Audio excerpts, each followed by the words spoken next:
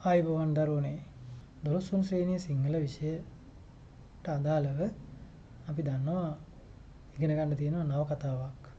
විලේදින්ජ ජංගල් කියන Leonard wolf මහත්මයාගේ නවකතාවේ Sinhala පරිවර්තනය බැද්දේගම ඒ.පී. ගුණරත්න මහත්මයා පරිවර්තනය කරපු. මේ බැද්දේගම කෘතිය හදාරන්න බැද්දේගම කෘතිය රස විඳින්න ਵਿਚාරයට ලක් කරන්න අපිට තියෙනවා 13 වන ශ්‍රේණිය ඉවර වෙනකොට.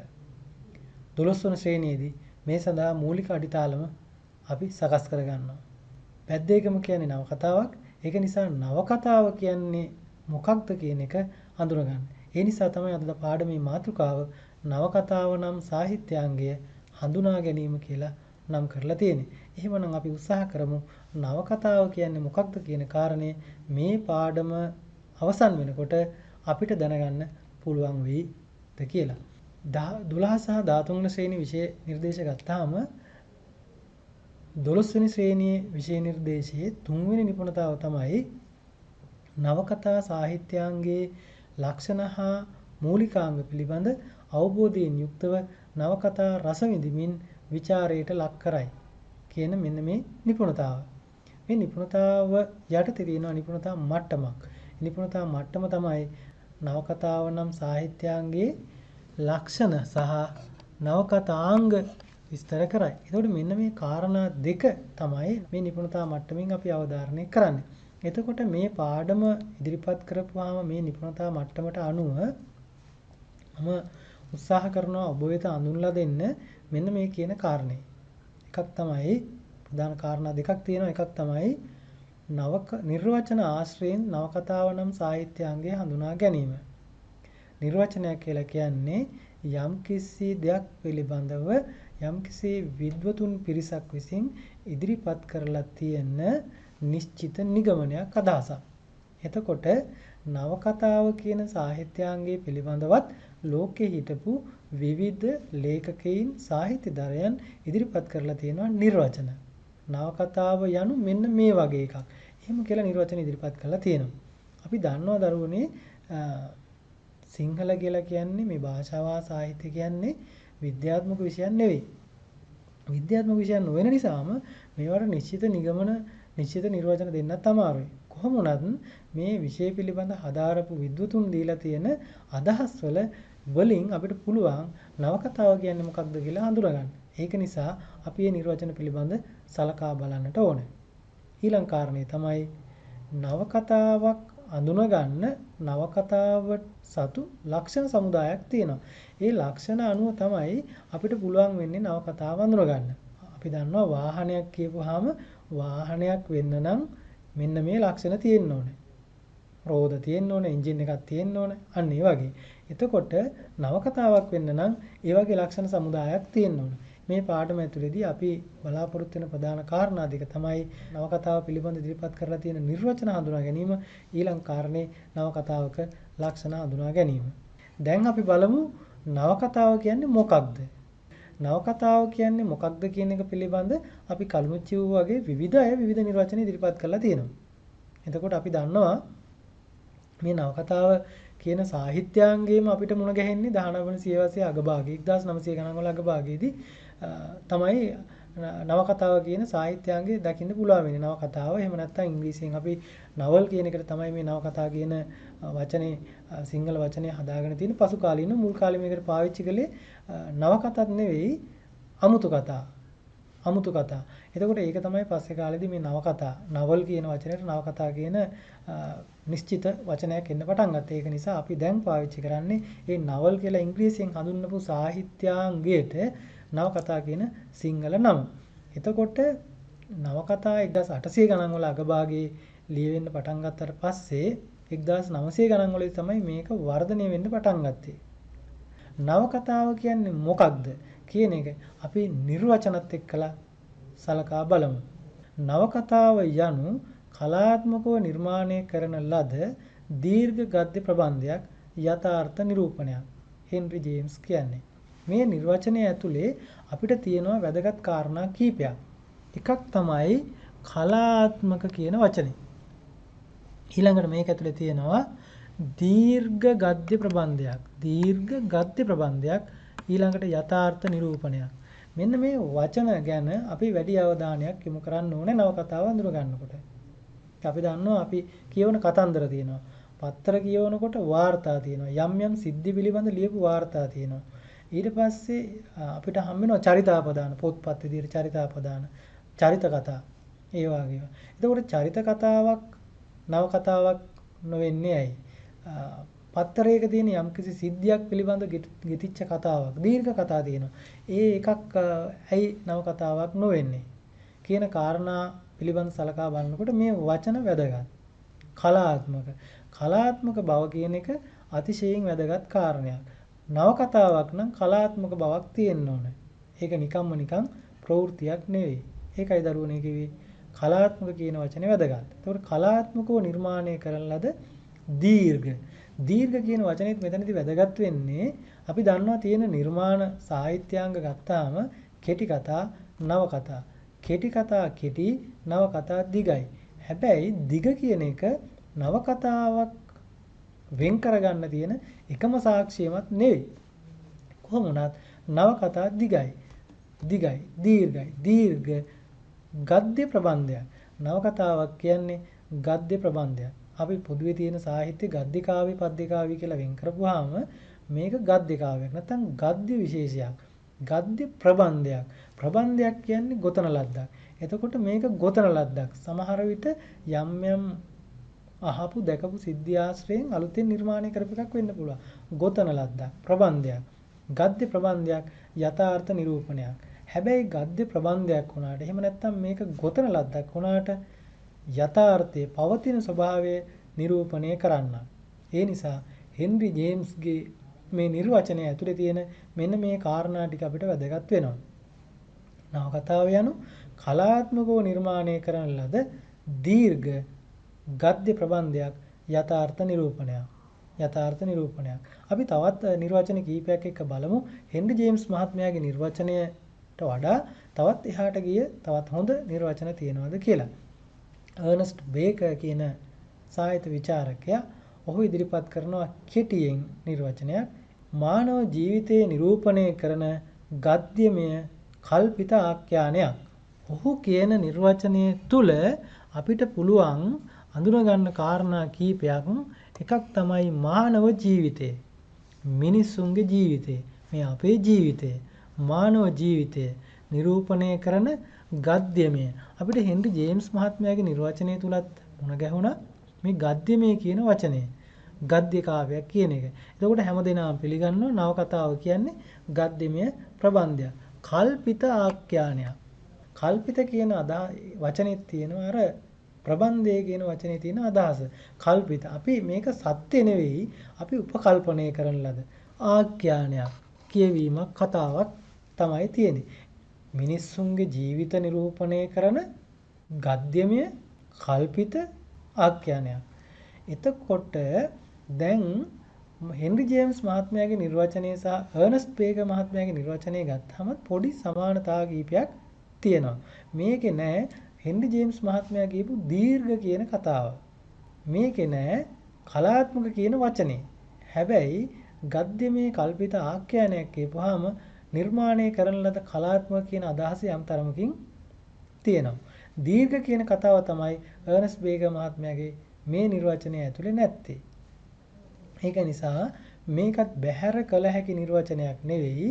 මුල් කාලෙදී ඔවුන් දුටු ආකාරයට නවකතාව කියන්නේ මේයි ඔවුන් දැකපු ආකාරයට මේ නිර්වචනය ඉදිරිපත් කරලා තියෙන්නේ. දැන් බලන්නකො මේ නිර්වචනය ඇතුලේ දීර්ඝ කියන කතාව නැතුවට මේ නිර්වචනය ඇතුළේ යම්කිසි අදහසක් තියෙනවනේ. නවකතාව කියන්නේ මොකක්ද කියන කාරණේ පිළිබඳ. මානව ජීවිතය නිරූපණය කරන ගද්‍යමය කල්පිත ආඛ්‍යානයක්. අපිට අතිශයින් වැදගත් මේ ගද්‍යමය කල්පිත ආඛ්‍යානයක්. මොකද බොහෝ අය මේ අදහසත් එක්ක එකඟ වෙලා තියෙනවා. ඒක නිසා තමයි මේ ගද්‍යමය කල්පිත ආඛ්‍යානයක් කියන වචනේ අපිට වැදගත් වෙන්නේ. එතකොට අර්නස්ට් බේකර් මහත්මයාගේ නිර්වචනයට පස්සේ අපිට තවත් නිර්වචනයක් හම් වෙනවා බොකෑසියෝ. ඔහු ටිකක් දිග නිර්වචනයක් ඉදිරිපත් කරන්නේ. ඔහු කියනවා නවකතාව යනු ජීවිතය හා ආශ්‍රිත මිනිස් ස්වභාවයේ නිරූපණය කරනසේ යම් කාල පරිච්ඡේදයක් තුළ මානව වර්ගයාත් ඔවුන්ගේ ක්‍රියාකාරීත්වයත් විවරණය කරන කල්පිත ගද්‍යමය ආඛ්‍යානයකි. දැන් අර අර්නස්ට් බේකර් මහත්මයාගේ නිර්වචනය දිහා බලන්න මතක් කරගන්න. ඒ නිර්වචනයේ තියෙන සමහර කොටස් ඒ විදිහටම බොකෑෂියෝටත් ඔහුගේ නිර්වචනය තුලත් තියෙනවා. එකක් තමයි කල්පිත ගද්‍යමය ආඛ්‍යානයක්. උපකල්පනය කරන ලද ගද්‍යමය ආඛ්‍යානයක් කියන කාරණේ. ඒක අර්නස්ට් බේකර්ගේ නිර්වචනය තුලත් තිබුණා. ඊට පස්සේ මේකේ තියෙනවා තව කාරණයක් යම් කාල පරිච්ඡේදයක් තුල නවකතාව යනු ජීවිතය හා ආශ්‍රිත මිනිස් ස්වභාවය. එතකොට මානව ජීවිතය කියන බේකර් මහත්මයාගේ අදහසෙත් මේක තිබුණා. ජීවිතය හා ආශ්‍රිත මිනිස් ස්වභාවය නිරූපණය කරනසේ යම් කාල පරිච්ඡේදයක් තුල නවකතාවක නිරූපණය වෙන යම් කාල පරිච්ඡේදයක් තියෙනවා.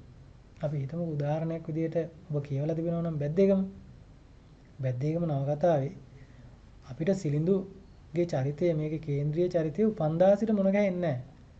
සිලිඳු තරුණ වියට පත් වුණාට පස්සේ තමයි අපි කතාව පටන් ගන්නෙ. අනිත් අයත් ඒ වගේ. එතකොට ඒකල්ලා එහෙම ඉවර වෙලා සිලිඳුගේ සහ මේ බැද්දේගම ගමේ විනාශයත් එක්ක තමයි ඉවර වෙන්නේ. එතකොට යම්කිසි කාල පරිච්ඡේදයක් මේකේ නිරූපණය වෙනවා. එක්තරා කාල පරිච්ඡේදයක් නිරූපණය වෙනවා. හැම නවකතාවක්ම ගත්තාම එහෙමයි.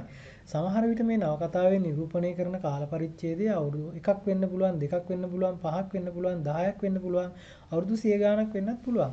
ඒ වගේ විවිධ කාල තියෙනවා. යම් කාල පරිච්ඡේදයක් තුළ මානව වර්ගයත් ඔවුන්ගේ ක්‍රියාකාරීත්වයත් මිනිස්සු සහ ඔවුන් ක්‍රියා කරන විදිය, ඔවුන් හැසිරෙන විදිය, ඔවුන්ගේ යම් ක්‍රියාකාරකම් විවරණය කරන කල්පිත ගද්‍යමය ආඛ්‍යානයක්. එතකොට මේ නිර්වචනය ඇතුළෙන් යම්කිසි සංවර්ධනාත්මක අදහස් ටිකක් තියෙනවා නවකතා පිළිබඳව. ඒක නවකතාවක් කියවනකොට නැත්නම් යම් නිර්මාණයක් කියවනකොට ඒක නවකතාවක්ද නොවේද කියලා අඳුරගන්න අපිට යම්කිසි මඟ පෙන්වීමක් තියෙනවා මේ නිර්වචනය තුළ. නවකතාව යනු ජීවිතය හා ආශ්‍රිත මිනිස් ස්වභාවය නිරූපණය කෙරෙනසේ යම් කාල පරිච්ඡේදයක් තුළ මානව වර්ගයාත් ඔවුන්ගේ ක්‍රියාකාරීත්වයත් විවරණය කෙරෙන කල්පිත ගද්‍යමය ආඛ්‍යානයක් කියන මේ නිර්වචනය අපිට යම්කිසි ආකාරයක නවකතාව අඳුනගන්න ඉඟියක් සපයනවා කියලා කියන්න පුළුවන්. ඊට පස්සේ මැල්කම් කවුලි කියන විචාරකයා ඔහු කියනවා කිසියම් වෙනස් වීමකට තුඩු දෙන චරිත සමූහයක අන්‍යෝන්‍ය සම්බන්ධය ප්‍රකාශ වන්නා වූද එක්වරකදී දිගටම කියවා අවසන් කළ නොහැකි තරම් ප්‍රමාණයකින් යුක්ත වූද දීර්ඝ එහෙත් ඒකාබද්ධතාවකින් යුක්ත වූ කතාව නවකතාවයි. කිසියම් වෙනස් වීමකට තුඩු දෙන චරිත සමූහයක මේ චරිත මෙහෙම නිකාම සරල රේඛාවක තියෙන්නේ නැහැ. මේ චරිත වෙනස් වෙනවා. මිනිසුන්ගේ ජීවිතවල යම් වෙනස් වීම වෙනවා. එතකොට ඒ චරිත අතර අන්තර් සම්බන්ධතාව මේ චරිතයේ මේ දැන් අපි උදාහරණයක් විදිහට ගත්තොත් බැද්දේගම නවකතාවම බැද්දේගම නවකතාවේ ඉන්න සිලිඳු සහ පුංචි මැනිකා ඊට පස්සේ හින්නිහාමි කරලිනාහාමි බබුන්නප්පු බබේ හාමි ආරච්චිලා මේ කියන චරිත සමූහයම ගත්තාම මේ චරිත අතර තියෙන අන්‍යෝන්‍ය සම්බන්ධය මේ චරිත සම්බන්ධ වෙන්නේ කොහොමද මේ කතාවත් එක්ක? ඒ සම්බන්ධය පේන්න ඕනේ එකවරකදී දිගටම කියවා අවසන් කළ නොහැකි තරම්. අපි පොත අතට ගත්තාම නවකතාව එක හුස්මට එක දිගට කියවලා ඉවර කරන්න බැරි තරම් දීර්ඝ. ඒත් ඒකාබද්ධතාවකින් යුක්ත. ඒකාබද්ධතාව කියන්නේ මේ නවකතාවේ සිද්ධිය අවස්ථා එකිනෙකට බැඳිලා තියෙන්න ඕන. නවකතාවේ තියෙන සිද්ධි වලින් අවස්ථා වලින් වාක්‍ය වලින් එකක්වත් අයින් කරන්න පුළුවන් කමක් නැහැ. ඒවට එකතු කරන්න පුළුවන් කමකුත් නැහැ. ඒවා එකට දම්වැලක පුරුකක් වගේ බැඳිලා තියෙන්න ඕන. ඒකයි ඒකාබද්ධතාවකින් යුක්ත වූ කතාව නවකතාවයි කියලා කියන්නේ. එතකොට මේ මැල්කම් කවුලිගේ නිර්වචනය අපිට පේනවා අනිත් නිර්වචන වලට වඩා තවත් ටිකක් එහාට ගිහිල්ලා තමයි ලියලා තියෙන්නේ. ඔබට පේනවා එකවරකදී දිගටම කියවා අවසන් කළ නොහැකි තරම් ප්‍රමාණයකින් යුක්ත වූද. දැන් අපිට හිතෙනවා මේ මෙහෙම කාරණයක්. නවකතාවක් එක දිගට කියවන්න බැරිද? නෑ පුළුවන්. නවකතාවක් එක හුස්මට කියවලා ඉවර කරන්නත් පුළුවන්. සමහර අය ඉන්නවා නවකතා දෙකක් දවසකට කියවන අය. හැබැයි නවකතාවෙන් මතුවෙන ජීවන දර්ශනය නවකතාවෙන් දෙන පණිවිඩය අපිට තේරුම් ගන්න පුළුවන් තරම් වේගයකින් සහ ඊගෙන අවධානයකින් තමයි අපි නවකතාව කියවන්න ඕනේ. දුවේ පුතේ ටිකක් මේ වචන මේ විදිහටම නැති වුණාට කමන්නේ. අපි ටිකක් හිතට අපේ හිතට ඇතුළු කරගන්න ඕනේ මෙන්න මේ නිර්වචනය තුලින් කියන්නේ මොකක්ද කියන කාරණේ. කිසියම් වෙනස් වීමකට තුරු දෙන චරිත සමූහයක අන්‍යෝන්‍ය සම්බන්ධය ප්‍රකාශ වෙන එකවරකදී නැත එක හුස්මට කියවා අවසන් කළ නොහැකි තරම් දීර්ඝ ඒත් ඒකාබද්ධතාවක් තියෙන එකිනෙකට සිද්ධි අවස්ථා චරිත ඔක්කොම එකට බැඳුණු දන්වැලක පුරුක් වගේ එකිනෙකට සම්බන්ධව තියෙන්න ඕන. ඒකයි කියන්නේ ඒකාබද්ධතාව කියලා. නිර්වචනය ටිකක් කියවලා බලමු. නවකතාව යනු කතුවරයා විසින් නිර්මාණය කරන ලද්දක් හේයින් නවතම වස්තුවක් වන අතර ඒක අලුත්ම එකක්. නවතම වස්තුවක් වන අතර පාඨකයා කාල්පනික සත්‍ය ලෝකයට ගෙන යන සෑහෙන තරම් දිග ග්‍රන්ථාරූඪ කරන ලද ගද්‍යමය ආඛ්‍යානයක්. ග්‍රන්ථාරූඪ කරන ලද මේවා කටවචනෙන් ආපු එකක් නෙවෙයි. ග්‍රන්ථාරූඪ කරන ලද්දක් ගද්‍යමය ආඛ්‍යානයක්. මේ ගද්‍යමය ආඛ්‍යානයක් කියන වචනේ අපිට කීප වතාවක් මුණ ගැහුණා මේ නිර්වචන ඇතුළේදී. එතකොට මේ හැමෝම පිළිගන්න එක තමයි නවකතාවක් නම් ඒක ගද්‍යමය ආඛ්‍යානයක් වෙන්න ඕන. ඊළඟට කාල්පනික සත්‍ය ලෝකයට ගෙන යන.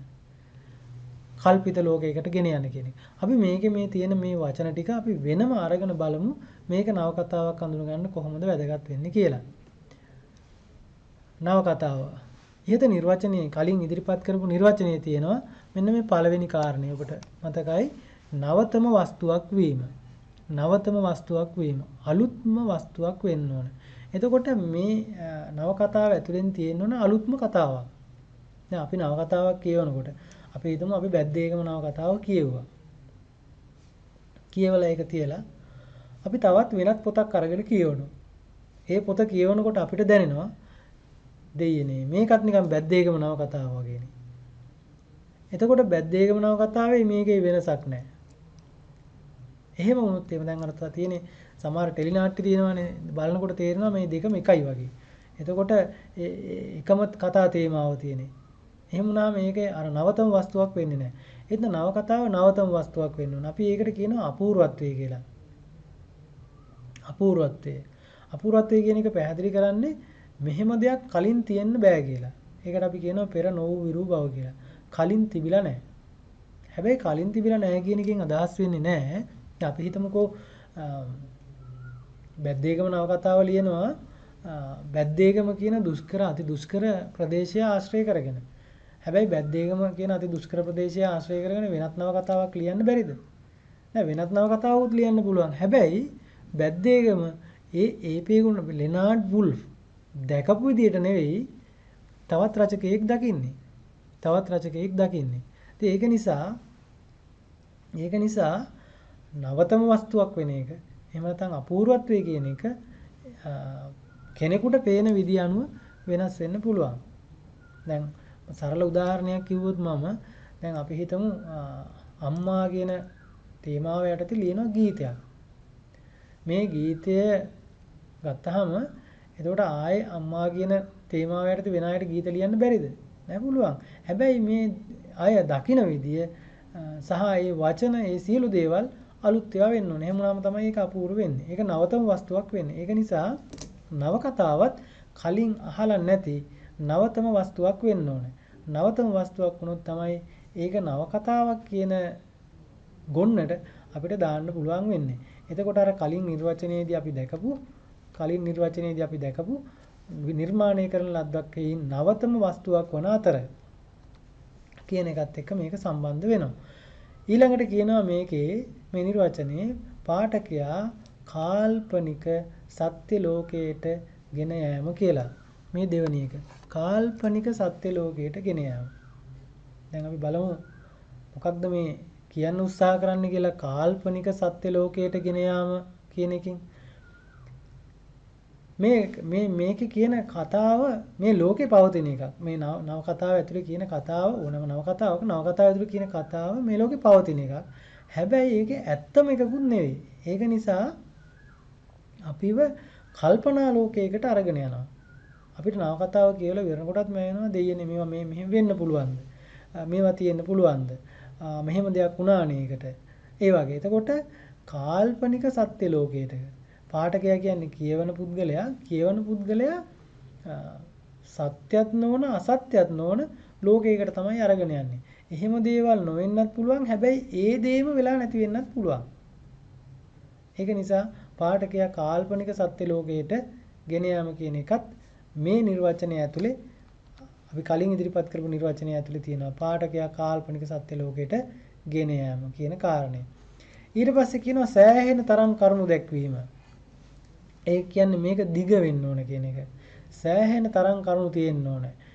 යම්කිසි කාල පරිච්ඡේදයක් තුල සිදුවුණු සියලු සිද්ධි පිළිබඳව කලාත්මකව ඉදිරිපත් කරන්නට ඕනේ. එහෙනම් සෑහෙන තරම් කරුණු තියෙන්න ඕනේ.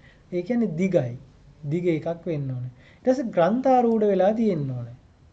අපිට මතකයි මේ නිර්වචනයේ තිබුණා ග්‍රන්ථාරූඪ කරන ලද. සෑහෙන තරම් දිග ග්‍රන්ථාරූඪ කරන ලද. ග්‍රන්ථාරූඪ කරන ලද. ඒ කියන්නේ ලියන ලද. නවකතාවක් හැප්පෙන්නේ භාෂාවත් එක්ක. ඒක නිසා භාෂාව කියන එක අතිශයින් වැදගත් වෙනවා නවකතාවකට. එතකොට කෙනෙකුට කියන්න පුළුවන් මේක කටින් කට එන්න බැරිද? නවකතාව. බෑ දරුවනේ. හේතුව තමයි මුඛ පරම්පරාගත වෙනකොට අපි දන්නවා එන පරිණි ජනකවි එහෙම වර්තමානයේ වෙනකොට යම් යම් ආකාරයේ වෙනස් වීම වලට භාජනය වෙලා තියෙනවා. ඒක නිසා අපිට බෑ මේක මුඛ පරම්පරාගතව ගෙනියන්න. අනිත් එක තමයි ගද්‍යමය ආඛ්‍යානයක් නැත්නම් ගද්‍යමය කතා වස්තුවක් තමයි මේකේ තියෙන්නේ. එතකොට මේක කටපාඩම් කරගෙන ඊළඟ පරම්පරාව වලට ගෙනියන්න බෑ. මේක ග්‍රන්ථාරූඪ කරලා තියෙන්නට ඕනේ. ඒ කියන්නේ පොතක ලියලා තියෙන්නට ඕනේ. එහෙම ලියලා තිබුණොත් තමයි ඉදිරි පරම්පරාවලට මේක පාවිච්චි කරන්න පුළුවන් වෙන්නේ. දැන් අපි එකල හිටපු මාටි වික්‍රමසිංහ මහත්මයාගේ W.S. මහත්මයාගේ පේදාසිරිසේන මහත්මයාගේ ඒ අය ජීවතුන් අතර නැතත් අපි ඒ අයගේ නවකතා කියවන්නේ වෙනත් පොතපත කියවන්නේ ඒවා ග්‍රන්ථාරූඪ කරලා තිබුණු නිසා. එහෙනම් ග්‍රන්ථාරූඪ කිරීම කියන එකත් මෙතනදී වැදගත් කාරණයක් වෙනවා. ඊළඟ කාරණේ තමයි ගද්‍යමය ආඛ්‍යානයක් වීම. අපි කලින් නිර්වචන වල සාකච්ඡා කළා මේක ගද්‍යමය ආඛ්‍යානයක් වෙන්න ඕනේ. ගද්‍යමය ආඛ්‍යානයක් වෙන්න ඕනේ. ගද්‍යයෙන් ලියන ලද පද්‍යයෙන් නොවන. මේවා කවි නෙවෙයි. එහෙනම් ගද්‍යමය ආඛ්‍යානයක්. ආඛ්‍යානය කියන එක ඇතුලේ තියෙනවා එක දිගට ගලා යන කතා වස්තුවක් තියෙනවා කියන කාරණේ. ඒක නිසා මේක එහෙම කතාවක් වෙන්න ඕන. එතකොට නවකතාව සම්බන්ධයෙන් මේ නිර්වචනයේ තියෙන ලූප්ස්ගේ නිර්වචනයේ තියෙන මේ කාරණාත් එක්ක ගත්තාම අපිට පුළුවන් පහසුවෙන් නවකතාව අවබෝධ කරගන්න. ඒ නිසා අපි මේ නිර්වචනයේ නැවත වතාවක් බලමු. නවකතාව යනු කතුවරයා විසින් නිර්මාණය කරන ලද්දක් වන හේයින් නවතම වස්තුවක් වන අතර පාඨකයා කාල්පනික සත්‍ය ලෝකයකට ගෙන යන තරම් සෑහෙන දිග ග්‍රන්ථාරූඪ කරන ලද ගද්‍යමය ආඛ්‍යානයක්. ඒ නිසා දරුවනේ මේ නිර්වචනය පිළිබඳ ටිකක් අවධානය යොමු කරන්න. මේ නිර්වචනයේ නවකතාවක් අඳුන ගන්න ඕන කරන කරුණු ගණනාවක් අපිට ඉඩ මග සලස්සලා දෙනවා. කරුණු ගණනාවක් මතු කරලා දෙනවා. ඒ තමයි මේක අලුත්ම නිර්මාණයක් වෙන්න ඕනේ. නැත්නම් නවතම වස්තුවක් වෙන්න ඕනේ. පාඨකයා කාල්පනික සත්‍ය ලෝකයකට ගෙන යන්න ඕනේ. සෑහෙන තරම් දිග වෙන්න ඕනේ. ග්‍රන්ථාරූඪ වෙලා තියෙන්න ඕනේ. ඊළඟට මේක ගද්‍යමය ආඛ්‍යානයක් වෙන්න ඕනේ. පද්‍යයක් වෙන්න බෑ. මෙන්න මේ කියන කාරණා සමූහයත් එක්ක තමයි අපිට නවකතාවක් අඳුන ගන්න පුළුවන් වෙන්නේ. දැන් දරුවනේ පුළුවන් සමහර කාරණා නවකතාවක පිටකවර දිහා බලලා තීරණය කරන්න. එකක් තමයි ඒක ගද්‍යමය ආඛ්‍යානයක්. මේ නිර්ණායක මේවා නිර්ණායක විදියට ගත්තොත් අපිට පුළුවන් පොත් ගොන්නක් දීලා දැන් ඒ පොත් පෙට්ටියෙන් නවකතා ටික තෝරලා දෙන්න කිව්වොත් තෝරලා දෙන්න පොඩි ඉඟියක් තියෙනවා. ඒ තමයි අපි හිතුවොත් මේ පොත් ගොඩේ තියෙන පුස්කොළ පොත් එහෙමත්. ඊළඟට පුංචි පිටු 4 5 10 15 පොත්පත්ුත් තියෙනවා. දැන් අපිට පුළුවන් මේ නිර්වචනයත් එක්ක මම අර මුලින් කිව්වා වගේ දැන් අර පොත් පෙට්ටියෙන් තෝරගන්න පොඩි ඉඟියක් තියෙනවා. එකක් තමයි මේක ගද්‍යද පද්‍යද කියලා බලන එක. එතකොට ගද්‍යමය ආඛ්‍යානයක් නම් ඒක නවකතාවක් වෙන්න පුළුවන්. හැබැයි නවකතාවක් නොවෙන්නත් පුළුවන්. නොවෙන්නත් පුළුවන්. ගද්‍ය වුණු පමණින් ඒක නවකතාවක් වෙන්නේ නැහැ. ගද්‍ය වුණු පමණින් ඒක නවකතාවක් වෙන්නේ නැහැ. අපි දන්නේ නැහැ සමහරවිට මොනවා හරි විෂයක් පිළිබඳව ලියලා තියෙන පොතක්ද කියලා. එහෙම නැත්නම් ඒක චරිතාපදානයක්ද කියලා. එහෙම නැත්නම් වෙනත් මාතෘකාවක් පිළිබඳ ලියවිච්ච එකක්ද කියලා. ඒක නිසා ගද්‍යයේ වුණු පමණින් අපිට බෑ තීරණය කරන්න ඒක නවකතාවක් කියලා. හැබැයි ඒකෙන් අපිට ලැබෙනවා දරුවනේ මොකද්ද? පොඩි ඉඟියක්. ඊළඟට ග්‍රන්ථාරූඪ වී තිබීම. දැන් අපිට දීලා තියෙන්නේ පුස්කොළ පොත් ටිකක් සහ තවත් පොත් ටිකක් නම් ඒකෙන් නවකතා තෝරන්න. දැන් අපි දන්නවා පුස්කොළ පොත් ටික පැත්තකින් තියලා අර මුද්‍රණය වෙලා තියෙන මුද්‍රිත පොත් ටික ගන්න. ඒ අතර තමයි නවකතා තියෙන්න පුළුවන්. එතකොට ග්‍රන්ථාරූඪ වෙලා තියෙනවා නම් ඒකත් නවකතාවක්. ඊළඟට සෑහෙන තරම් දිග. එතකොට අපිට පුළුවන් බලන්න පිටු 10ක් 15ක් 20ක් තියෙන ඒවා නවකතා නෙවෙයි. අඩුම ගණනේ පිටු 100කට වගේ එහාවක් තියෙන්න ඕන. එතකොට ඔන්න පුළුවන් අපිට තව පොඩි ඉඟියක් ලැබෙනවා. දැන් නවකතා අර ලොකු පොත් පෙට්ටියෙන් නවකතා පොත් ටික තෝරගන්න. හැබැයි අපි දන්නේ නැහැ මේ ඔක්කොම ලක්ෂණ මම දැන් කියපු ලක්ෂණ. ඒ කියන්නේ සෑහෙන තරම් දිග ග්‍රන්ථාරූඪ වෙලා තියෙන ගද්‍යමය පොත් තුන පමණින් අපිට කියන්න බෑ ඒව නවකතා කියලා. අපි දන්නේ නැහැ මේ පොත් වලින් පාඨකයා කාල්පනික සත්‍ය ලෝකයකට ගෙන යනවද? මේ වගේ අපූර්ව කතා වස්තුවක් තියෙනවද කියලා. ඊළඟට නවකතාවක අන්තර්ගත වෙන්න ඕන ලක්ෂණ මේ පොත්වල තියෙනවද කියලා. ඒව ටිකක් දැනගත්තොත් තමයි අපිට පුළුවන් වෙන්නේ අර පොත් ගොන්නෙන් නවකතා ටික විතරක් වෙන් කරන්න. ඒක නිසා අපි ඊළඟට බලමු නවකතාවක ලක්ෂණ මොනවද කියලා. සාර්ථක නවකතාවක නම් මෙන්න මේ ලක්ෂණ තියෙන්න ඕනේ. ඕනෙම නවකතාවක මේ ලක්ෂණ තියෙන්න ඕනේ. නවකතා කියන ගොඩටවත් දාන්න. නවකතා කියන කතා ගොන්නට දාන්න. එතකොට අපි නවකතාවක් අරගෙන ඒක රස විඳිනකොට අපි ඒක රස විඳලා අනිත් අයත් එක්ක මේක සාකච්ඡා කරනකොට මෙන්න මේ කරුණුත් එක්ක තමයි අපි සාකච්ඡා කරන්නේ. ඒවා තමයි නවකතා ලක්ෂණ කියලා අපි හඳුන්වන්නේ. දැන් අපි හිතමු මම නවකතාවක් කියවලා මම තවත් කෙනෙක් එක්ක සාකච්ඡා කරනවා ඒ නවකතාව ගැන. මේ නවකතාව ගැන. මොකක් හරි මේ මෑතකදී දියුණු අලුත්ම නවකතාවක් පිළිබඳ අපි කියලා හිතමු. එතකොට මම සාකච්ඡා කරන අනිත් පුද්ගලයා නවකතාව එයත් නවකතාව කියවලා තියෙනවා.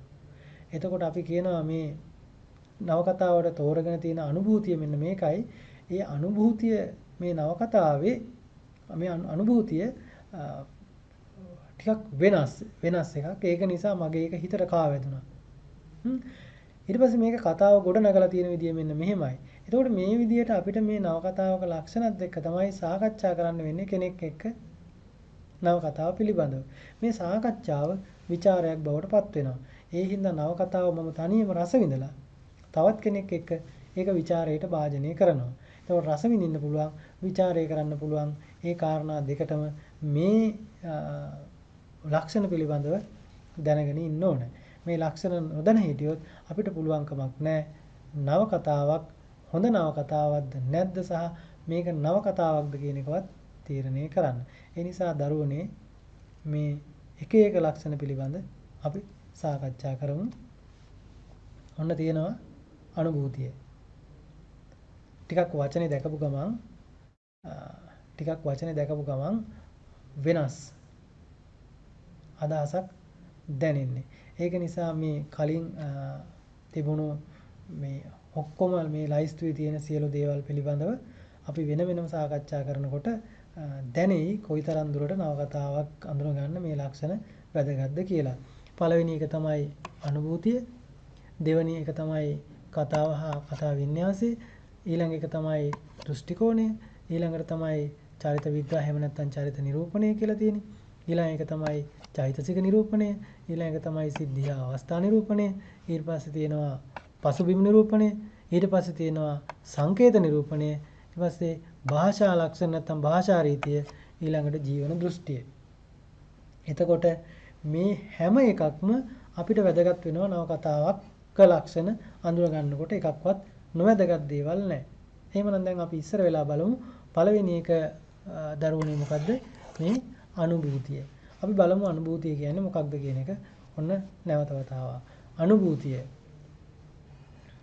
පාඨකයා වෙත සමීප කරන අත්දැකීම් සමුදාය. කවුද මේ පාඨකයා වෙත මේ අත්දැකීම් සමුදාය සමීප කරන්නේ? ලේඛකයා. එහෙම නැත්නම් නිර්මාණකරුවා තමයි මේ අත්දැකීම් සමුදාය පාඨකයාට සමීප කරන්නේ. එතකොට පාඨකයාට සමීප කරන අත්දැකීම් සමුදාය. දැන් මේ අත්දැකීම් කියන එක හරි වැදගත්. දැන් කෙනෙක් නිර්මාණයක් කරන්නේ නවකතාවක් ලියන්නේ යාට තියෙන අත්දැකීම් එක්ක. ඔහුට තියෙන අත්දැකීම් එක්ක. එතකොට මේ අත්දැකීම් තමයි අපි කියනවා ඒකට ප්‍රතිනිර්මාණය කරනවා. ඒ නැත්නම් නැවත නිර්මාණය කරනවා. ඒකට අපිට ලැබෙන අත්දැකීම මේ විදිහටම ලියන්නේ නැහැ. අපි උදාහරණයක් හිතමු මෙහෙම. මට සිදුවෙන යම් සිදුවීමක් පිළිබඳව මම පොතක ලියනවා. නැත්තම් මට සිදු වුණු යම් කිසි අහිමි වීමක් පිළිබඳව මම පොතක ලියනවා. එතකොට ඒ මගේ අත්දැකීමක්. එතකොට මේ අත්දැකීම කියන එක අපිට ලැබෙන විවිධ විදි තියෙනවා. එකක් තමයි මම ලබන පෞද්ගලිකව ලබන අත්දැකීම. නැත්තම් ලේඛකයෙක් ඔහු පෞද්ගලිකව ලබන අත්දැකීම. එහෙම නැත්තම් ඔහු දුටු දෙයක් වෙන්න පුළුවන්. නැත්තම් ඔහුට කවුරු හරි කියපු එකක් වෙන්න පුළුවන්. වෙනත් අය කියනවා මට හරි වැඩක් වුණා මෙන්න මෙහෙම කිව්වම අර ලේඛකයා කල්පනා කරනවා ෂා හොඳ නවකතාවකට හොඳ නිමිත්තක් නේක. එතකොට මේ ලේඛකයා ලියන්නේ අර වෙන කාගේ හරි අත්දැකීම. වෙන කාගේ හරි අත්දැකීම. එහෙම නැත්නම් ඒක ඔහුගේ අත්දැකීමක් වෙන්නත් පුළුවන්. කොහොම හරි ඒ අත්දැකීම ඒ විදිහටම නිර්මාණය කරන්නේ නැහැ. ඒ විදිහටම නිර්මාණය කරන්නේ නැහැ. මම සරල උදාහරණයක් කියන්නම්. මහාචාර්ය ඒ.වී. සුරවීර කියන මහාචාර්යතුමා අපටත් දවසක ඉර පායා දෝ කියලා කෙටි කතාවක් ලිව්වා. එතුමන්ගෙන් විමසපුවාම මේ කෙටි කතාව ලියන්න පාදක වුණු අත්දැකීම මොකක්ද කියලා එතුමා දුන්නේ මෙන්න මේ වාගේ උත්තරයක්. ඒ උත්තරේ තමයි මගේ දුව දවසක් ගෙදර ඇවිල්ලා දුවගේ අම්මත් එක්ක එහෙම නැත්නම් මගේ නෝනත් එක්ක කියනවා මට ආයේ ඉස්කෝලේ යන්න බෑ. අම්මා හේතුව අහපුවාම කියනවා ඒ පන්තියේ හිටපු ටීචර් සරයි වසයි කියලා ලොකු විස්තරයක් කියාගෙන යනවා. මේ සිද්ධිය අහගෙන ඉන්නවා ඒ.වී. සුරවීර මහාචාර්යතුමා තමන්ගේ කාමරේ ඉඳගෙන. එතකොට ඒ.වී. සුරවීර මැතිතුමාට ඇහුනේ අර දුව කියපු කතාව විතරයි. හැබැයි ඒ කතාව ඔස්සේ එතුමා කල්පනා කළා මට කෙටි කතාවක් ලියන්න පුළුවන් කියලා. ඒ කෙටි කතාව ඇතුලේ හැබැයි එතුමාගේ දුව ඇත්තෙවත් නැහැ. අර පුංචි සිද්ධිය අරගෙන තව සිද්ධි ගොඩක් එකට එකතු කරලා හරි අපූර්ව නිර්මාණයක් බවට පරිවර්තනය කරනවා අපටත් දවසක ඉර පායා දෝ කියන කෙටි කතාව විදියට. එතකොට මේ අත්දැකීම් සමුදායක් ගත්තාම මේ අත්දැකීම් සමුදාය පාඨකයා වෙත සමීප කරන්නේ කොහොමද? දැන් අපි දන්නවා ලෙනාඩ් වුල්ෆ් මහත්මයා ලංකාවේ හිටපු ගත කරපු අවුරුදු කීපය තුල හම්බන්තොට ගත කරපු අවුරුදු 2-3ක් ඇතුළත ගත්ත අත්දැකීම් ටික අරගෙන තෝරලා බේරලා පෙරලා තමයි බැද්දේකම නවකතාව ලියන්නේ. එතකොට ඒක තමයි ඔහුගේ අනුභූතිය. අනුභූතිය බැද්දේකම නවකතාවෙන් කොහොමද මතු කරගන්නේ කියලා අපි ඊළඟ පාඩමකදී සාකච්ඡා කරමු. දැනට අපි දැනගමු අනුභූතිය කියන්නේ මොකක්ද කියන කාරණේ විතරයි. අනුභූතිය කියන්නේ පාඨකයා වෙත සමීප කරන අත්දැකීම් සමුදාය. එතකොට මේ අනුභූතියේ අපූර්වතාවක් තියෙන්න ඕන කියලා කියනවා. අපි අපූර්වත්වය කියන එක කලින් කිව්වා. ඒ තමයි පෙර නොවිරු බවක් තියෙන්න ඕන. ඒ අත්දැකීම දැන් මම නවකතාව කියවනකොට මට දැනුත් මේක නිකන් පරණ එකක් මේ අත්දැකීම ගැන කලිනුත් ලියලා තිනවා මේක අලුත් නෙවෙයි කියලා නවකතාව රසවත් වෙන්නේ නැහැ. ඒක නිසා එකම අත්දැකීම උනත් පාඨකයා වෙත ඉදිරිපත් කරන විදිය අනුව ඒකේ අපූර්වතාවක් තියෙන්න ඕන. එහෙම වුණාම තමයි ඒක හොඳ නවකතාවක ලක්ෂණයක් වෙන්නේ. ඒ නිසා අපි මෙන්න මේ කාරණේ මතක තියාගමු. අනුභූතිය කියන්නේ පාඨකයා වෙත සමීප කරන අත්දැකීම් සමුදාය. ඒ කියන්නේ ලේඛකෙක් තමන් ලබා ගන්න පෞද්ගලික අත්දැකීම් වලින් තමන් අහපු දැකපු දේවල් වලින් කවුරුවත් කියපු දේවල් වලින් ඒ අත්දැකීම් ටික තමයි අපි දෙන්නේ නිර්මාණයක් ඔස්සේ අන්නේ පාඨකයාට දෙන අත්දැකීම් සමුදාය තමයි අපි කියන්නේ අනුභූතිය කියලා. ඊළඟ ලක්ෂණේ ඔබට මතකයි කලින් එකේ තිබුණා මේ කතාව හා කතා වින්‍යාසය. එතකොට කතාව හා කතා වින්‍යාසය කියන එක ඇතුළේදී අපි කතා කරන්නේ දැන් අර ලේඛකයා තෝරගත්ත අත්දැකීම් ටිකක් තියෙනවනේ නව කතාවල් ලියන්න. ඔබට මතකයිනේ. විවිධාකාරයෙන් ලබාගත්ත. මෙන්න මේ අත්දැකීම් ටික කොහොමද පාඨකයාට සමීප කරනකොට ඒක කතා වස්තුවක් බවට පරිවර්තනය කරගන්නේ. ඒක තමයි කතාව. මේ අත්දැකීම් ටික කතාවක් විදියට ගොනු කරලා ලබා දෙන්න පාඨකයාට. එතකොට අන්නේ නිර්මාණාත්මක කතා වස්තුවට තමයි අපි කියන්නේ කතාව කියලා. අත්දැකීම් ටිකක් තිබුණු පමණින් අත්දැකීම් ටික ලියාගෙන ගිය පමණින් ඒක නිර්මාණයක් වෙන්නේ නැහැ. එතකොට ඒක ඇතුළේ කතාවක් ගොඩනගන්න ඕන. දැන් බැද්දේගම පරිසරය තුල දැකපු දේවල් ඒ පරිසරයේ හිටපු මිනිස්සුන්ගේ ජීවන රටා ටික බලාගෙන හිටපුවාම ලෙනාඩ් වුල්ෆ් මහත්මයා තෝරගත්ත කාරණා ටිකක් තියෙනවා. මේ තෝරගත්ත කාරණා ටික කතාවක් විදියට ගොඩනගලා ඉදිරිපත් කරනවා. ඒක තමයි අපි කතා වස්තුව කියලා කියන්නේ. එතකොට මේකට තව අදහසක් ඉදිරිපත් කරනවා මහාචාර්ය ඉදිරිවීර සරච්චන්ද්‍ර මහත්තයා. ඒක තමයි ඇත්ත කතාවක් වගේ පෙන්න බොරු කතාවක්. මම මේක කිව්වෙම මේ කතා වස්තුව නැත්තම් කතාව කියන එක අවබෝධ කරගන්න කියලා. අවබෝධ කරගන්න පහසු වෙන්න. අනුභූතිය කියන්නේ අර අත්දැකීම්. ඒ අත්දැකීම් ටික ගොනු කරලා හදාගන්න කතාව තමයි කතන්දරේ තමයි නැත්තම් මේ කතා ගොන තමයි අපි කතා වස්තුව කියලා කියන්නේ. ඒතකොට මේ කතා වස්තුවේ ඇතුලේ සියලු දේ ඇත්ත වෙන්නේ නැහැ. මේ ලෝකේ ඇත්තටම සිද්ධ වෙච්ච දේවල් වෙන්නේ නැහැ. අර ඇත්තටම සිද්ධ වෙච්ච දේවල් වලට අපි තව ටිකක් එකතු කරලා අපි හදා ගන්නවා කතාවක්. ඒක තමයි කතාව. ඒක නිසා තමයි කියන්නේ ඇත්ත කතාවක් වගේ පෙනෙන බොරු කතාවක් තමයි කතා වස්තුව කියලා කියන්නේ. මේක ඇත්ත වගේ පේනවා හැබැයි බොරු.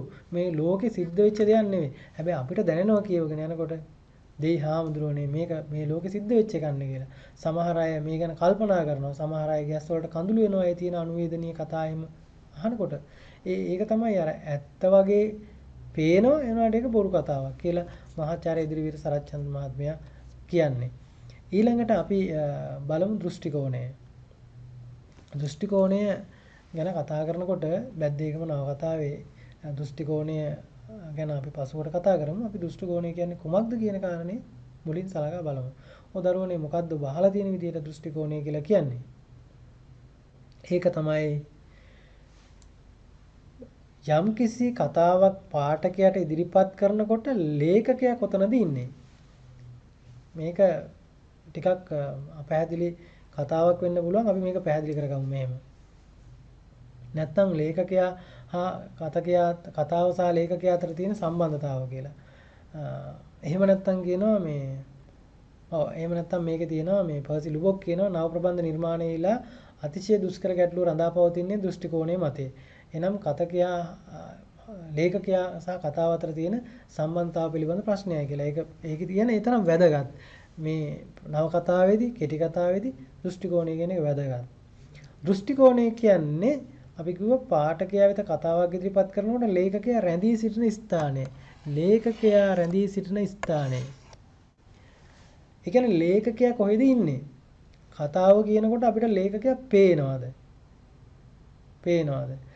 මේක තවදුරටත් අපි කිව්වොත් එහෙම මේ කතාව කියලා තියෙන්නේ මට වෙච්ච සිද්ධියක් විදියටද නැත්නම් ලේඛකයාට සිද්ධ වෙච්ච දෙයක් විදියටද වෙන කාටවත් වෙච්ච දෙයක් විදියටද?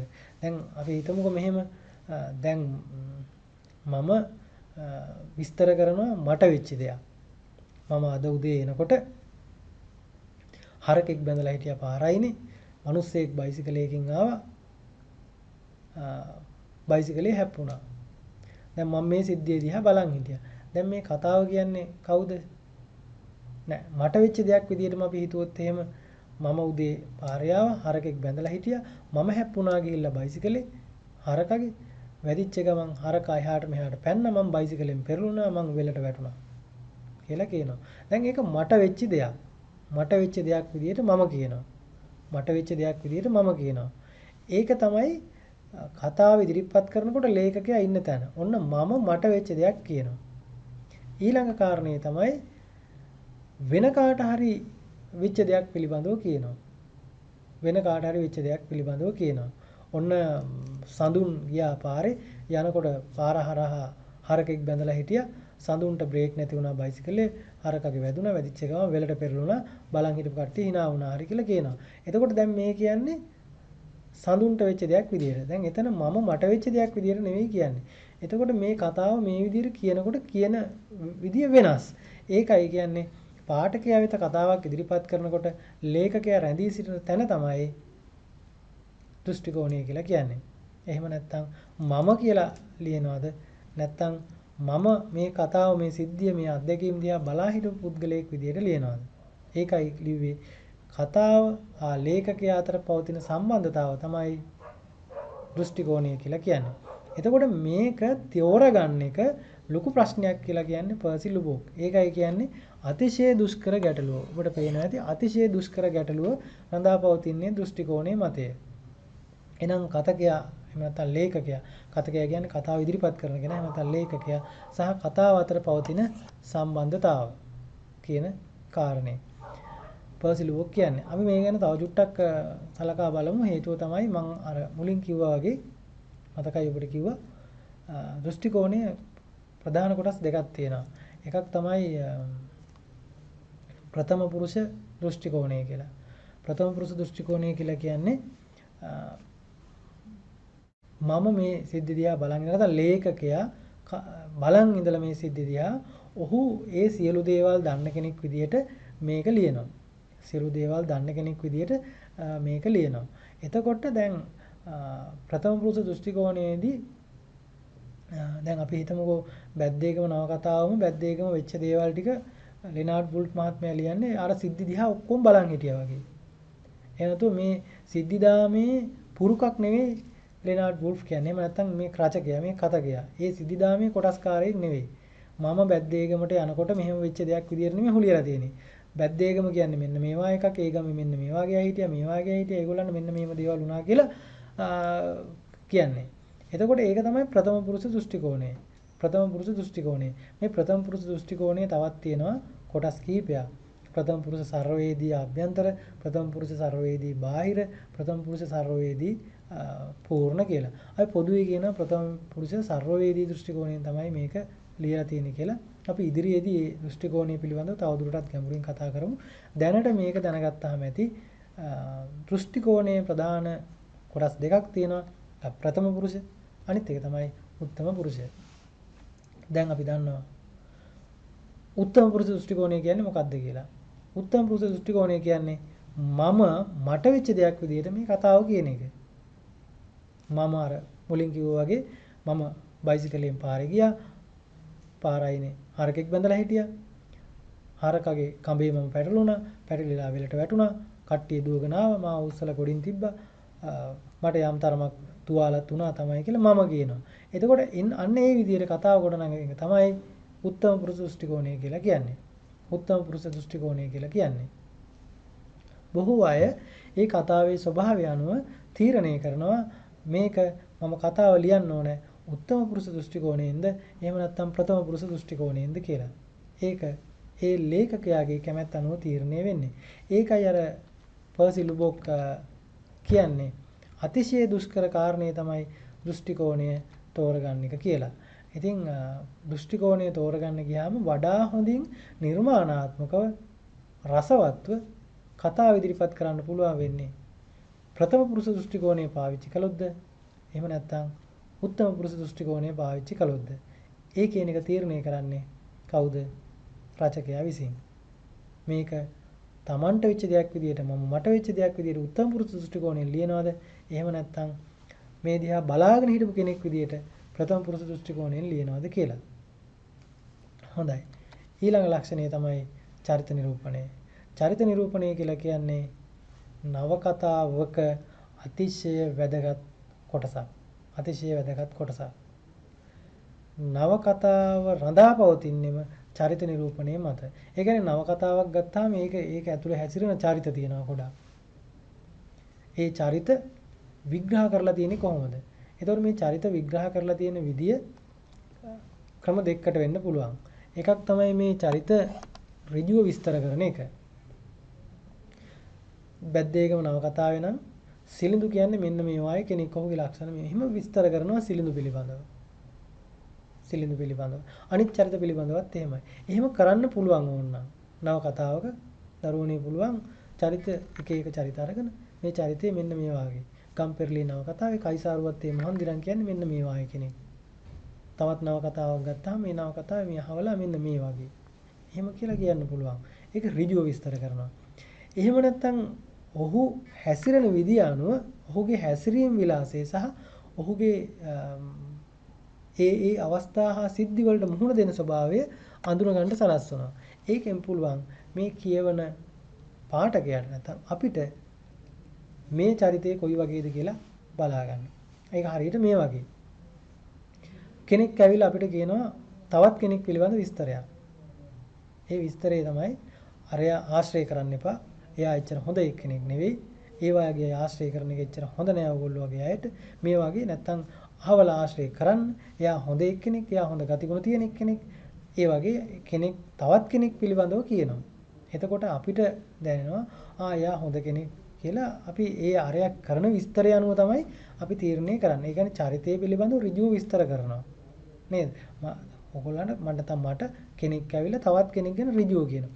එහෙම නැත්නම් මට පුළුවන් ඔහු හැසිරෙන දිහා විදිය බලලා ඔහු කොයි වගේ පුද්ගලයෙක්ද කියලා දැනගන්න. ඔහු කොයි වගේ පුද්ගලයෙක්ද කියලා දැනගන්න. මේ ඕනෑම ආකාරයක් නිර්මාණයකදී පුළුවන් නැත්නම් නවකතාවකදී පුළුවන් චරිත නිරූපණය සඳහා යොදා ගන්න. එතකොට චරිත නිරූපණය මේකේ අතිශයින් වැදගත් වෙන්නේ. ඒ චරිත නිරූපණය වෙන විදිය අනුව තමයි ඒ නවකතාව කෙරෙහි කියවන පාඨකයා ඇද බැඳ තබා ගන්න පුළුවන් වෙන්නේ.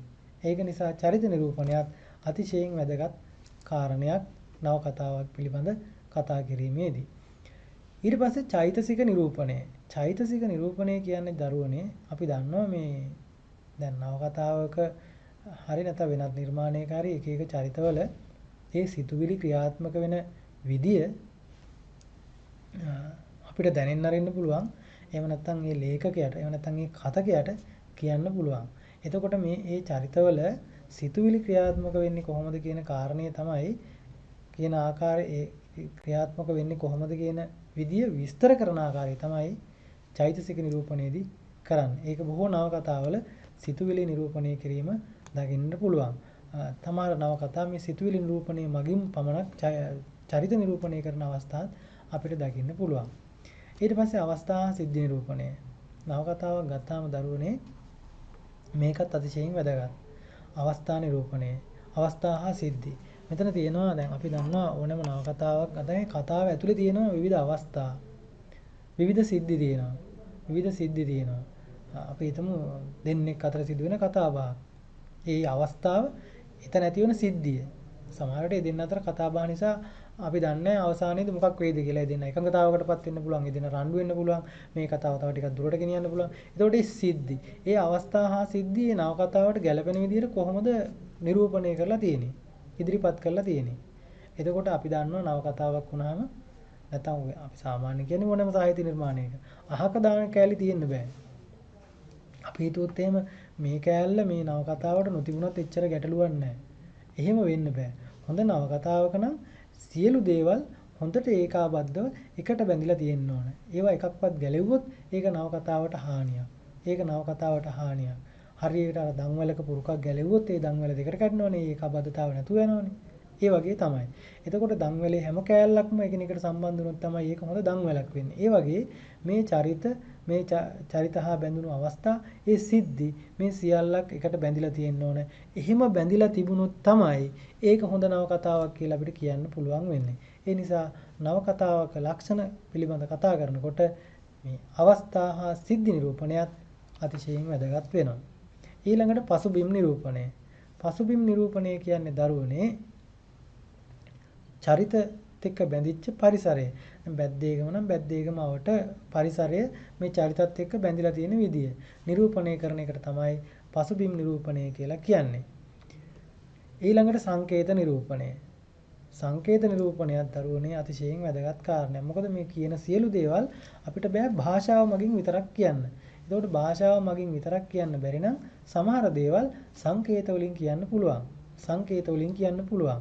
දැන් අපි හිතමු මෙහෙම කෙනෙක් එනවා, යාළුවෙක් එනවා, මිත්‍රයෙක් එනවා ක්‍රිකට් ක්‍රීඩා කරන්න යන්න. හැබැයි ගෙදර ඇවිල්ලා අහන්න බයයි. සමහරට දෙමව්පියෝ බණීත් දන්නේ නැහැ මේ පාඩම් කරන්න තියෙන වෙලාවේ ක්‍රිකට් ගහන්න යනවා කියලා. හැබැයි මේ යාළුවම ඒව මොකක්වත් නොකිය ක්‍රිකට් පිත්තකුයි ක්‍රිකට් බෝලේකුයි අරගෙන ඔන්න ගේ ඉස්සරහින් එහාට යනවා. එතකොට මේ යාළුවා දන්නවා ඕ යන්නේ ක්‍රීඩා කරන්න තමයි කියලා. ඒක ඔක්කොම දන්නවා මේ අහවලා යන්නේ ක්‍රීඩා කරන්න තමයි. දැන් ගෙදරින් අවසර දුන්නොත් යන්න පුළුවන් ක්‍රීඩා කරන්න. ගෙදර අයත් දන්නවන්න අහවලා ගියේ ක්‍රීඩා කරන්න කියලා. එයා වචනයක්වත් කතා කරන්නේ අර දෙක අරගෙන යනවා. එතකොට මේ ක්‍රිකට් ක්‍රීඩා කිරීම සඳහා තියෙන සූදානම් පිළිබඳ සංකේතයක් නේද ක්‍රිකට් බැට් එකයි බෝලේ අරගෙන යනකොට. අපි හිතමු එයා වොලිබෝලයක් අරන් ගියා කියලා. අපි කියන්නේ නැහැ නේ එයා ක්‍රිකට් ගහන්න ගියා කියලා. ඒ හින්දා සංකේතයක් ඒක. එතකොට සංකේතයක් අපි දන්නවා දැන් ආගමික සංකේත තියෙනවා වෙනත් දේවල් වලට සංකේත මාර්ග සංඥා වලට සංකේත තියෙනවා. ඒකට අපි සංකේතයේ දිහා බලපුවාම ඒකත් භාෂාවක් එක විදිහක ඒකත් එක විදිහක භාෂාවක්. ඒතකොට මේ සංකේතය දිහා බලපුවම අපි දන්නවා මේ සංකේතයෙන් කියන්නේ මොකක්ද කියලා. ඒ සංකේතයෙන් කියන දේ අනුව අපි ක්‍රියා කරනවා. නලාවක් ඇඳලා කපලා තිබුණොත් අපි දන්නවා හෝන් ගහන්න එපා කියලා තියෙන්නේ. ඒ හින්දා හෝන් ගහන්නේ නැහැ. එතකොට ඕක වචන ගොඩකින් ලියන්න පුළුවන් ඒක අර සංකේතය. ඒ වගේ නවකතාවකත් භාෂාව මගින් විතරක් කියන්න බැරි දේවල් අපි සංකේත වලින් ඉදිරිපත් කරලා තියෙනවා. එතකොට මේ සංකේත වලින් ඉදිරිපත් කළාම පාඨකයාට නැත්තම් කියවන කෙනාට තේරුම් ගන්න පුළුවන් වෙනවා මේ කියන්න හදන්නේ උත්සාහ කරන්නේ මොන කාරණයක්ද කියන එක. ඒක නිසායි සංකේත නිරූපණය දරුවනේ වැදගත් වෙන්නේ. ඊළඟ ප්‍රධාන වැදගත් කාරණය තමයි භාෂා රීතිය. භාෂා රීතිය කියලා කිව්වහම ඒකෙදි කියන්නේ අතිශයින් වැදගත් ලේඛකයෙක් තමන්ගේ නිර්මාණයට බොහෝම කල්පනාවෙන් භාෂාව පරිහරණය කරන විදිය. ඒකයි මේ කිව්වේ උචිතානුචිත විවේක බුද්ධියෙන් යුතුව කියලා. ඒ කියන්නේ කොතෙන්ටද කොයි විදියටද මේක ගැලපෙන්නේ කියලා තීරණය කරන්න ඕනේ ලේඛකයා. භාෂාව පරිහරණය කරන විදිය අනුව තමයි අපි කියන්නේ ඔහුගේ භාෂාව හරි අපූර්වවට පරිහරණය කරලා තියෙනවා. මළගියත් වුණාවකත් බොහොම ගීතවත් භාෂාවක් තියෙනවා. එහෙම කියන්න පුළුවන් වෙන්නේ භාෂාව පරිහරණය කරලා තියෙන විදිය දිහා බලපුවාම. එතකොට මේකෙදි පාවිච්චි කරන රීති දෙකක් තියෙනවා. එකක් තමයි ලේඛන රීතිය. අපි ලියන බස, ව්‍යාකරණානුකූලව ලියන බස. ඊළඟ එක තමයි භාෂණ රීතිය. අපි කතා කරන භාෂාව. එතකොට මේ ලේඛන රීතියයි භාෂණ රීතියයි මේ දෙකම පාවිච්චි කරන්නේ ඒ අවස්ථාවවලට ගැලපෙන විදිහට. සමහර අය භාෂණ රීතිය නැත්නම් මේ කතා කරන ස්වරූපයේ මුළු නව කතාවම ලියනවා. සමහර අය සංවාදවලදී විතරක් භාෂණ රීතිය භාවිත කරනවා. ඒක ඒ ලේඛකයාගේ කැමැත්ත මත සිදුවෙන දෙයක්. ඒක නිසා භාෂා රීතියත් අතිශයින් වැදගත් වෙනවා. ඊළඟ ප්‍රධාන කාරණේ තමයි ජීවන දෘෂ්ටිය. ජීවන දෘෂ්ටිය කියන්නේ දරුවනේ දැන් මේ අත්දැකීම් ටික එකතු කරගෙන කතාවක් ලියලා ඒ ලේඛකයා මොකද්ද බලාපොරොත්තු වෙන දේ? ඇයි එහෙම කතාවක් ලිව්වේ?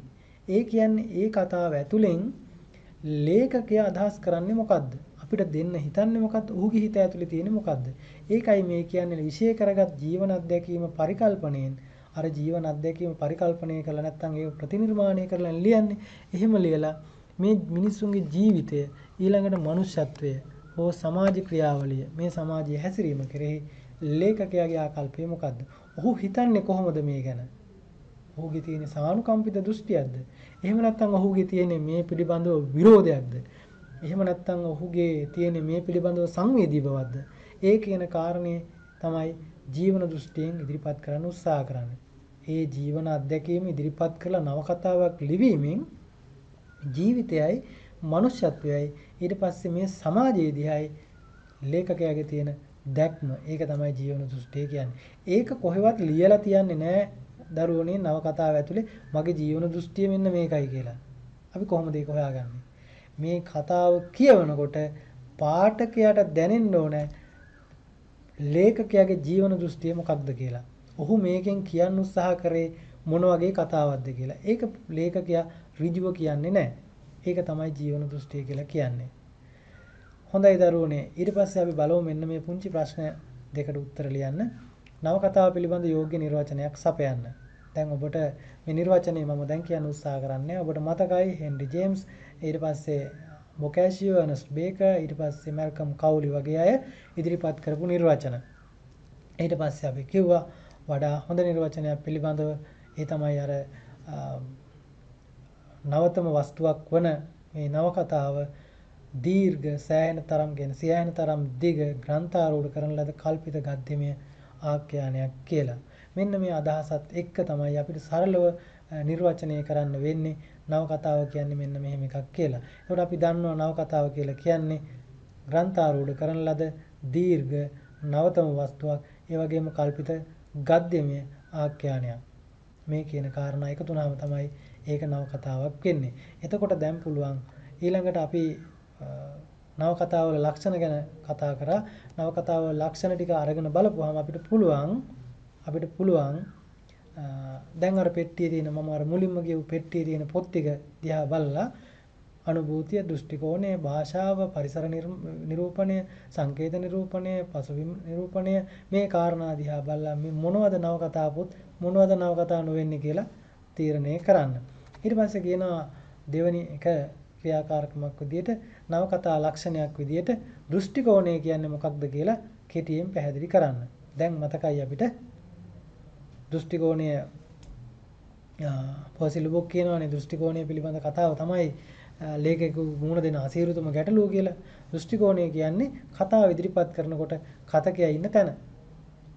කතකයා නැත්තම් මේ ලේඛකයා සහ කතාව අතර තියෙන සම්බන්ධතාව. ඒක තමයි දෘෂ්ටි කෝණය කියලා කියන්නේ. නේද? ලේඛකයා හා පාඨකයා අතර තියෙන සම්බන්ධතාව රඳව ගන්න විදිය. ඊට පස්සේ මේ නැත්තම් කතාව සහ ලේඛකයා අතර තියෙන එහෙම නැත්තම් අපි කිව්වේ මේ අත්දැකීම් සමුදාය ලේඛකයා තෝරගත්ත අත්දැකීම් සමුදාය ඉදිරිපත් කිරීමේදී ලේඛකයා ඉන්න තැන. ඔහුට දැනෙච්ච දෙයක් විදියට මේක ලියනවද? එහෙම නැත්තම් ඔහු මේ දිහා සියලු දේ දිහා බලන් ඉඳලා ලියනවද? ඒ අනුව දෘෂ්ටි කෝණය අපි කොටස් දෙකකට වෙන් කරා. උත්තම පුරුෂ දෘෂ්ටි කෝණය සහ ප්‍රථම පුරුෂ දෘෂ්ටි කෝණය කියලා. එතකොට මේ විදිහට අපිට පුළුවන් පැහැදිලි කරන්න දෘෂ්ටි කෝණය කියන්නේ මොකක්ද කියලා. හොඳයි දරුවනේ, අද දවසේ අපේ මේ පාඩම තුලින් අපි සාකච්ඡා කරපු දේවල් පිළිබඳව සාරාංශයක් චුට්ටක් බලමු. අපි හෙන්රි ජේම්ස්ගේ, අර්නස්ට් බේකර්ගේ, බොකෑෂියෝගේ, ජෝර්ජ් ලූකාස්ගේ, මැල්කම් කවුලි වගේ අයගේ නිර්වචනත් එක්ක නවකතාව කියලා කියන්නේ මොන වගේ එකක්ද කියලා අපි සාකච්ඡා කළා. ඒ වගේම අපි කිව්වා භාෂාව හා සාහිත්‍ය කියන්නේ විද්‍යාත්මක විෂයක් නොවන බැවින් මේ පිළිබඳව තාමත් නිශ්චිත නිර්වචනයක් සොයාගත නොහැකි බව. එක එක නිර්වචන ඉදිරිපත් කරනවා. අනාගතයේදීත් නවකතාව පිළිබඳ තවත් නිර්වචන එන්න පුළුවන්. මොකද නවකතාව කියන එක අදත් ලේඛකයෝ විවිධ වෙනස්කම් වලට භාජනය කරමින් අත්හදා බලමින් නිර්මාණය කරන්නට උත්සාහ කරනවා. ඒ නිසා අලුත් නිර්වචන ඉදිරියටත් එන්න පුළුවන්. කොහොමදත් පොදු තියෙන අදහස් ටික එකතු කරගෙන තමයි අපි පොදු නිර්වචනයක් ගොඩනගා ගන්න කියන කාරණේ මේ පාඩම ඇතුළතදී සාකච්ඡා කළා. ඊළඟට අපි සාකච්ඡා කරා මෙන්න මේ කියන කාරණා පිළිබඳව නවකතාවක අනුභූතිය එහෙම නැත්නම් තේමාව, ඊළඟට කතා ප්‍රවෘත්තිය, කතාව නැත්නම් කතා වින්‍යාසය ගැන දෘෂ්ටි කෝණය, චරිත නිරූපණය, චෛතසික නිරූපණය, සිද්ධි හා අවස්ථා නිරූපණය, පසුබිම් නිරූපණය, සංකේත නිරූපණය, භාෂා රීතිය, ජීවන දෘෂ්ටිය කියන ලක්ෂණ පිළිබඳව අපි සාකච්ඡා කළා. අනුභූතිය කියන්නේ කුමක්ද? කතා ප්‍රවෘත්තිය කියන්නේ මොකක්ද? දෘෂ්ටි කෝණය, චරිත නිරූපණය, චෛතසික නිරූපණය, සිද්ධි අවස්ථා නිරූපණය, පසුබිම් නිරූපණය, සංකේත නිරූපණය, භාෂා රීතිය, ජීවන දෘෂ්ටිය කියන කාරණා පිළිබඳව අපි සාකච්ඡා කළා. දැන් අපිට ඊට පස්සේ තියෙන අභියෝගය තමයි මේ කියන කාරණාත් එක්ක බැද්දේගම කියන නවකතාව අඳුනගන්න එක. එහෙම නැත්නම් මේ නවකතා ලක්ෂණ බැද්දේගම නවකතාව තුළ කොහොමද අන්තර්ගත වෙන්නේ කියන කාරණය අඳුනගන්න එක. ඒ පිළිබඳව අපි නැවතත් දවසක සාකච්ඡා කරන අරමුණින් සමුගන්නවා. ඔබ සියලු දෙනාටම ආයුබෝවන්.